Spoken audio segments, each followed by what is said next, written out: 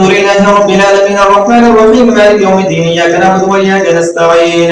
اهدنا الصراط المستقيم صراط الذين أنعمت عليهم غير المغضوب عليهم ولا الضالين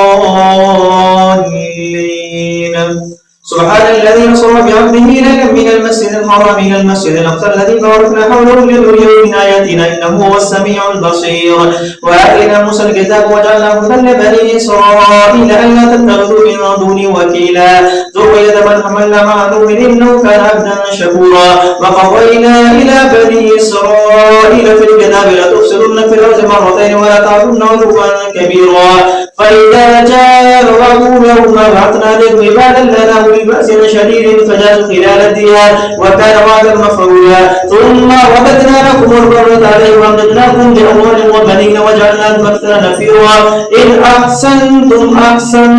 لأنفسكم وإن أسأتم فلها فإذا جاء وعد الآخرة ليسوءوا وجوهكم وليدخلوا المسجد كما دخلوا أول مرة ويتبروا ما لو تتبيرا